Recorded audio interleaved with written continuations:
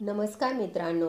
तथागत गौतम बुद्धाचे विचार आपल्याला नेहमीच प्रेरणा देत असतात. त्यांच्याच एका विचारावर आधारित ही एक छोटीशी कथा आहे, ज्यातून तुम्हाला खूप काही शिकायला मिळणार आहे. चला तर मग आजच्या व्हिडिओला सुरुवात करू.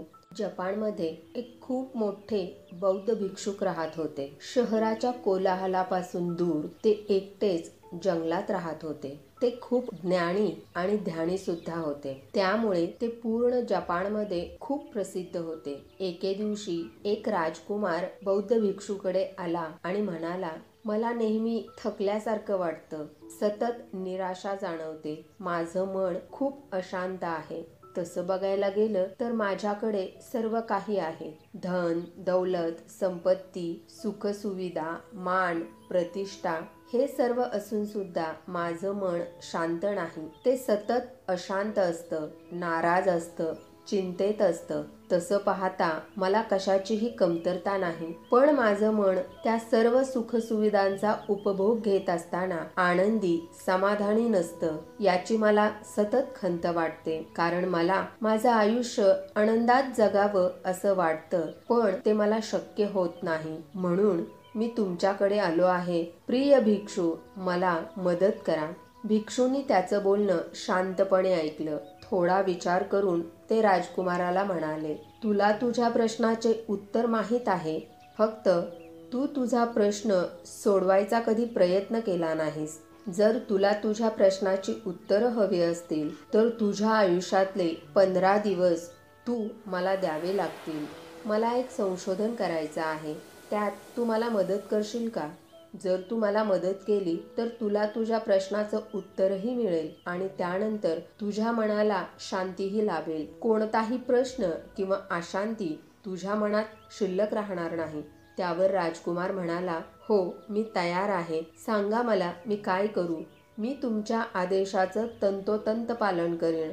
माझ्या मनाला शांती मिळवण्यासाठी मी काहीही करायला तयार आहे. त्याचं उत्तर ऐकून बौद्ध भिक्षू त्याला म्हणाले, ठीक आहे, मग पुढचे 15 दिवस तुला माझ्या आश्रमात राहावं लागेल आणि एका सामान्य माणसाप्रमाणे तुला हे 15 दिवस जीवन जगावं लागेल. या 15 दिवसात तू एकटा आणि कुणालाही न बोलता, म्हणजेच आर्य मौनामध्ये राहणार आहेस. अतिच गरज पडली तरच तू बोलायचं आणि तेही कमीत कमी शब्दात. राजकुमार तयार झाला. पहिल्या दिवशी राजकुमाराला वाटलं त्याचं मन नेहमीपेक्षा जास्तच विचलित आणि अशांत आहे. त्याच्या मनात खूप वेगवेगळ्या प्रकारचे विचार येत होते आणि सामान्य माणसाप्रमाणे जगणं त्याला अवघडच वाटत होतं. त्याला बोलण्याची खूप इच्छा होत होती, पण तो मौनच राहिला. कसा तरी दिवस संपत आला आणि रात्र होऊ लागली. तेव्हा त्याच्या लक्षात आलं की हळूहळू त्याच्या मनाला आतून कुठेतरी शांतता मिळत आहे. हा अनुभव त्याच्यासाठी आश्चर्यजनक होता. त्याला उगाचच खूप आनंदी असल्यासारखं वाटत होतं. तो स्वतःला आपण का आनंदी आहोत याचं कारण विचारत होता, पण त्याला आपण का आनंदी आहोत हे कळतच नव्हतं. फक्त त्याला त्या आनंदाचा अनुभव मात्र येत होता. त्याला वाटत होतं की आज त्याची बेचैनी, चिंता, चिडचिड खूपच प्रमाणात कमी झाली आहे. दुसऱ्या दिवशी राजकुमार पुन्हा मौनात बसून राहिला. थोड्या वेळाने तो निसर्गाचं निरीक्षण करू लागला. रोपं, झाडं, फुलं, फळं, फुलपाखरं, वाहतं पाणी, निळं आकाश, त्यात उडणारे सुंदर पक्षी त्याच्या नजरेत पडत होते. याआधीही हे सारं त्यानं पाहिलंच होतं की, पण आज त्याला ते सर्व नवं वाटत होतं, कारण आज या सर्व गोष्टीतलं सौंदर्य त्याला जाणवत होतं. हे सारं सौंदर्य फक्त दिसतच नव्हतं, तर त्याला मनातून ते जाणवत होतं. त्याला वाटत होतं आपल्याभोवती किती सौंदर्य पसरलेलं आहे, किती शांतता पसरलेली आहे आणि हा सौंदर्याचा आस्वाद त्याला आवडू लागला. त्याला स्वतःमध्ये निर्माण होत असलेली शांतता आवडायला लागली. आता तो रोज निसर्गाच्या सानिध्यात राहून त्याचा आस्वाद घेऊ लागला. ताजी हवा, स्वच्छ, नयनरम्य दृश्य, त्यातला ताजेपणा आणि सौंदर्य पाहत त्याचे 10 दिवस कधी संपून गेले त्याचं त्यालाच कळलं नाही. आणि या दरम्यान त्याच्या मनाची सारी अशांतता, सारा तणाव, सारी बेचैनी, सारी चलबिचल गायब झाली होती. 11व्या दिवशी पुन्हा राजकुमार एकांतात बसला आणि काही मिनिटातच त्याचे डोळे आपोआप बंद झाले आणि तो सखोल गाढ ध्यानात गेला. पूर्ण दिवस तो तिथेच डोळे बंद करून बसून राहिला. सखोल ध्यानामध्ये तल्लीन झाला. ना कोणताही शब्द होता, ना कोणतीही चिंता होती. राजकुमार आतून असीम शांती आणि आनंदाने भरून गेला होता. पुढचे 4ही दिवस अशाच खोल प्रगाढ ध्यानाच्या अवस्थेत त्यानं घालवले आणि 15व्या दिवशी तो बौद्ध भिक्षूच्या समोर प्रस्तुत झाला. त्याने भिक्षूंना वंदन केले आणि तो म्हणाला, प्रिय भिक्षू, मला माझ्या प्रश्नाचं उत्तर मिळालं आहे. का माझ्या मनाला इतकी अशांतता होती, तणाव, चलबिचलता होती, हे मला आत्ता समजलं आहे. माझं मन इतकं अशांत आणि विचलित का होतं? भिक्षूंनी हसून विचारलं. सांग, तुला काय उत्तर मिळालं? राजकुमार म्हणाला, मी गरजेपेक्षा जास्त बोलत होतो. मी कुणावरही माझे शब्द आणि ऊर्जा व्यर्थ घालवत होतो. मी दिवसभर माझ्या आसपासच्या लोकांशी फालतू, वायफळ, निरर्थक बडबड करत होतो आणि त्यानंतर त्याच बडबडीवर एकांतात विचार करत होतो. त्यामुळं माझा बराच वेळ हा नकारात्मक विचारांवर खर्च होत होता. अशा प्रकारे मी फक्त माझा वेळ वाया घालवत होतो, बर्बाद करत होतो. जास्त बोलून आणि नकारात्मक विचारामुळं माझं मन अशांत आणि बेचैन झालं होतं. त्यामुळे मी कोणतंही काम व्यवस्थित करू शकत नव्हतो. त्यामुळं मी प्रत्येक कामात अपयशी होऊ लागलो आणि या सततच्या अपयशाने मी जास्तच अशांत आणि चिडचिडा बनलो. या सगळ्या निरर्थक गोष्टीमुळं माझं जीवन नष्ट होऊ लागलं होतं. पण इथं आल्यापासून मला असं जाणवतंय की मी इथं घालवलेले 15 दिवस माझ्यासाठी खूप वेगळे होते. मला खूप वेगळा आणि आश्चर्यकारक अनुभव इथं आला.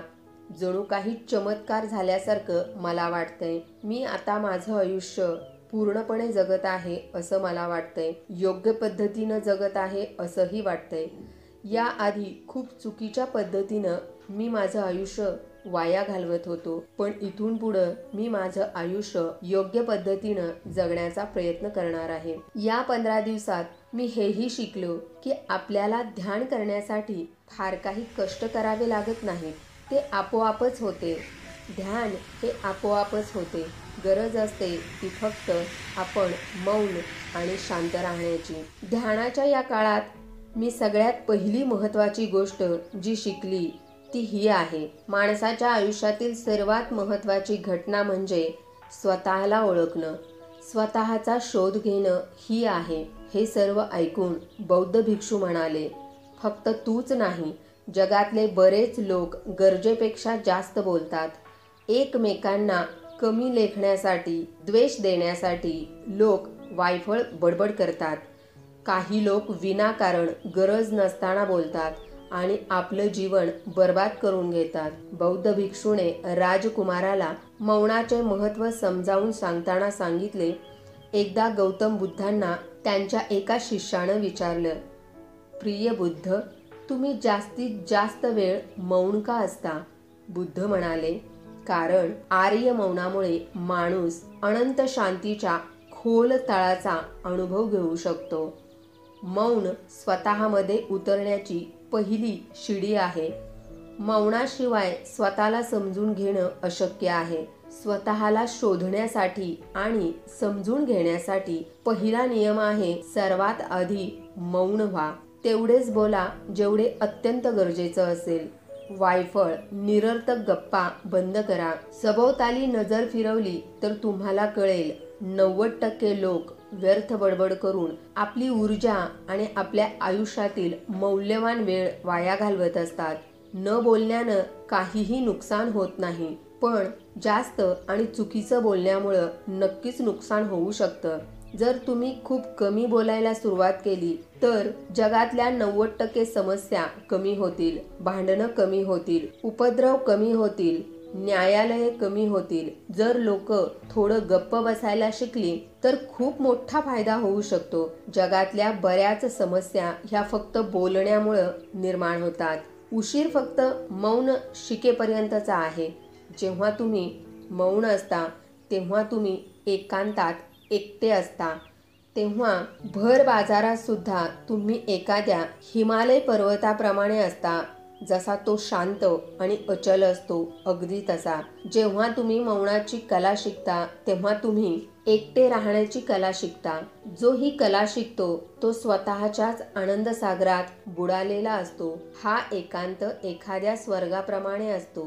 दुसऱ्याची उपस्थिती बेचैनी उत्पन्न करते. आधी तुम्हाला मौनाची शक्ती धारण करावी लागते. त्यामुळे तुम्ही तुमची जास्तीत जास्त ऊर्जा वाचवाल आणि त्यानंतर तुम्ही आवश्यक तेच म्हणजेच कमी बोलायच्या स्थितीला पोहोचाल. समजा तुम्ही कुणाकडे गेलात किंवा कुणाला भेटलात आणि त्यानंतर तुम्हाला त्रस्त बेचैन वाटू लागलं तर एकच काम करा. आपले डोळे शांतपणे बंद करा आणि स्वतःमध्ये रंगून जा. तुमच्या स्वतःमध्येच ती शांती, प्रसन्नता दडलेली आहे.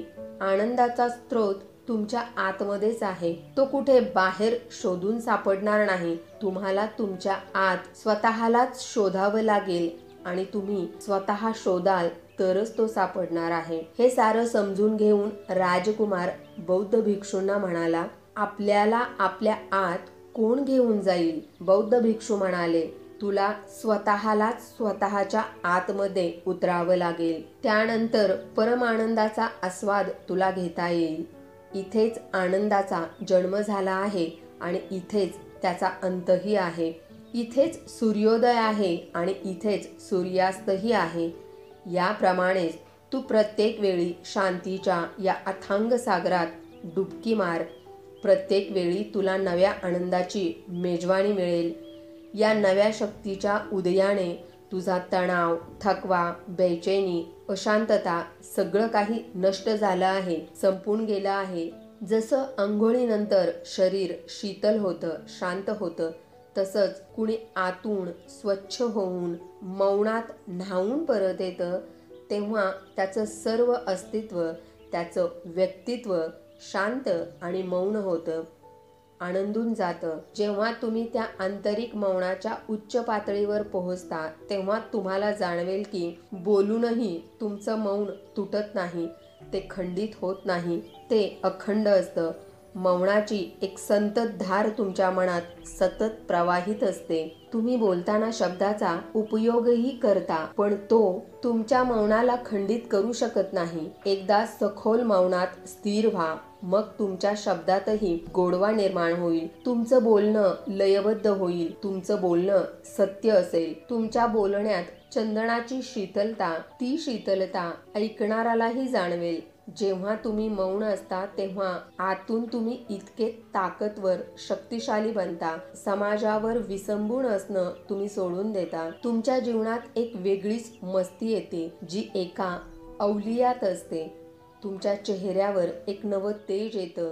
तुमचे डोळे जणू अमृताचे डोह बनतात आणि त्यात तुम्ही एखाद्या राजहंस पक्षाप्रमाणे विहरत असता. इतकं सांगून बौद्ध भिक्षू मौनात गेले. राजकुमार बौद्ध भिक्षूंचे आभार मानून त्यांना वंदन करून राजवाड्यात परत गेला. मित्रांनो, तुम्हालाही हा अनुभव आलाच असेल की जास्त बोलल्यामुळे मन, डोकं अशांत होतं. त्यामुळे आपण आपल्या मेंदूवरचं नियंत्रण घालवून बसतो. आपली शांती हरवून बसतो. जे लोक जास्त बोलतात त्यांच्याजवळ कोणत्याही एका कामावर लक्ष केंद्रित करण्याची क्षमता नसते. ते आपल्या ध्येयावर आपले मन एकाग्र करू शकत नाहीत. जर आपला मेंदू एका जागी स्थिर नसेल, एकाग्र होऊ शकत नसेल, तर आपण आपले ध्येय साध्य करू शकत नाही आणि ना मनासारखं यश मिळवू शकतो. तुम्हाला हेही माहीत असेल की जे लोक जास्त बोलतात त्या लोकांच्या बोलण्याला समाजात महत्त्व दिलं जात नाही. अशा माणसांना लोक हसतात. उलट जे लोक गरजेपुरतं कमी, योग्य आणि सत्य तेच बोलतात, स्वतःच्या मतावर ठाम असतात, त्यांना समाजात मान सन्मान मिळतो. त्यांच्या मताला, बोलण्याला, शब्दाला लोक किंमत देतात. त्यांचं बोलणं लोक मनापासून ऐकतात व त्यांच्यावर विश्वासही ठेवतात। जे लोक जास्त बोलतात ते आपल्या मतावर ठाम नसतात। त्यांचं बोलणं आणि त्यांचं मत डळमळीत असतं। त्यांचं मन अशांत, अस्थिर असतं, विचलित असतं, गोंधळानं भरलेलं असतं। असा असंतोषानं भरलेला व्यक्ती आयुष्यात कोणत्याही क्षेत्रात यशस्वी होऊ शकत नाही, कारण कोणत्याच कामावर त्याचं मन एकाग्र होत नाही। जर एखाद्या माणसाला माहीत असेल त्याला कधी, कुठे आणि काय बोलायचे आहे, तर तो व्यक्ती खरंच खूप बुद्धिमान, हुशार असतो। अशी व्यक्ती कोणत्याही ठिकाणी असली तर त्याचे व्यक्तित्व आकर्षणाचे केंद्र बनते। तो जो करतो त्यात तो यशस्वी होतो। आपण जर एखाद्या महान व्यक्तीच्या व्यक्तित्वाला जवळून निरखून पाहिलं तर तुमच्या हे लक्षात येईल की ते कमी बोलतात व कमीत कमी शब्दात आपलं मत मांडतात। ते बोलायच्या आधी विचार करतात, पण जे जास्त बोलतात खूपदा ते खोटं बोलतात आणि आपल्या बोलण्यामुळे दुसऱ्याच्या मनाला दुखवतात। दुसऱ्यांच्या चांगल्या विचारावर जणू काही ते कचराच टाकतात। ते बऱ्याच वेळा इतरांबद्दल वाईट बोलतात, त्यामुळे त्यांच्या जवळचे लोक सुद्धा त्यांचा द्वेष करू लागतात, राग करू लागतात आणि त्यांच्यापासून लांब राहण्याचा प्रयत्न करतात। उपनिषदामध्ये असं म्हटलं आहे की आपले शब्द म्हणजे प्रत्यक्षात ब्रह्मशक्ती आहे। मौनामुळे धैर्य येते, मौनामुळे स्थैर्य येते, स्थैर्यामुळे ध्यान येते, ध्यानामुळे ज्ञान येते व ज्ञानामुळे आपण जीवनाप्रती जागृत होतो। त्यामुळे आपण जेव्हा जास्त बोलतो तेव्हा आंतरिक मौन नष्ट होतं, जे मनाच्या शांतीचा पहिला आधारस्तंभ आहे। मित्रांनो, आपणही आजपासून मौनाचा अभ्यास सुरू करूया। आजपासून तेवढंच बोलू जे आवश्यक आहे आणि प्रयत्न करू की कमीत कमी शब्दात आपलं मत मांडू। शक्य असल्यास दिवसातून कमीत कमी 30 मिनिटं मौनात बसून ध्यान धारणेचा प्रयत्न करू। मला विश्वास आहे की आपल्या जीवनात सुद्धा एक सकारात्मक परिवर्तन घडून येईल। मित्रांनो, जर का तुम्हाला व्हिडिओ आवडला असेल आणि या व्हिडिओमधून काहीतरी तुम्हाला शिकायला मिळालं असेल, चॅनलला सबस्क्राईब करा, व्हिडिओला लाईक करा आणि आपल्या मित्रमैत्रिणीमध्ये शेअर करायला विसरू नका। नमो बुद्धाय।